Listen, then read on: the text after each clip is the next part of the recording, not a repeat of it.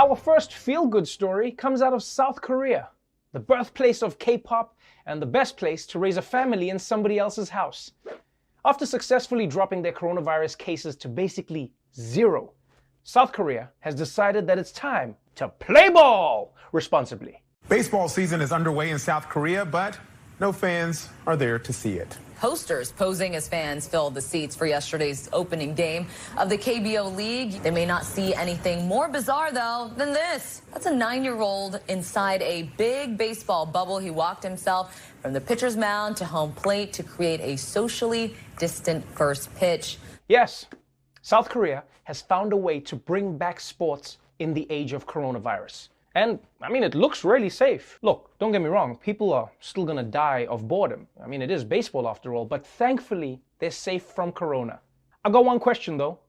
Why are the fake people wearing masks? It just seems unnecessary. America has already shown that if you're a person made out of cardboard, you don't need to wear a mask.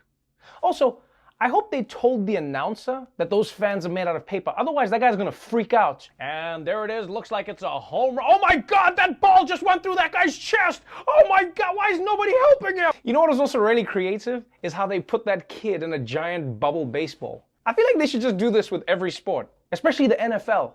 Put players in bubbles. Then when they get tackled, the ball bounces into the stands, and then the fans will get to punch the bubble back onto the field. Tell me that doesn't sound like a fun sport. Huh? And you've solved the concussion problem. Roger Goodell, call me. In other news, one of the most inspiring things during these times has been seeing people step up to help out strangers.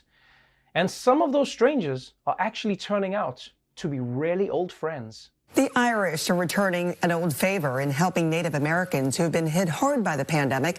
More than 170 years ago, the Choctaw Nation sent $170 to help with Ireland during the potato famine. Now a fundraiser for Navajo and Hopi families has raised over $2 million with many contributions from the Irish. This is so beautiful. More than 170 years ago, the American Indians helped the Irish during the potato famine, and now the Irish are helping the American Indians during coronavirus. Most of my Irish friends can't even remember what happened last night. Oh, I spent 15 days in a British prison for something I didn't remember. And this is really nice. But if I were Native American, I'd be a little suspicious of any European trying to give me a gift. I'd be like, yeah, thanks for the money. Why don't you go ahead and lick it first? All right, any smallpox? Okay, we good. And finally, some news from Portland, Oregon, the place you'd love to visit if only your oxen would stop dying.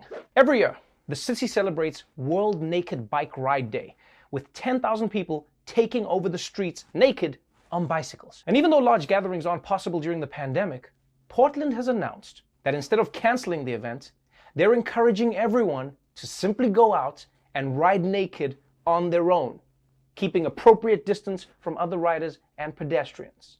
And I guess this is the one time that people might not care if someone's riding around naked. What are you doing, man? Cover your face, you creep! Put a mask on!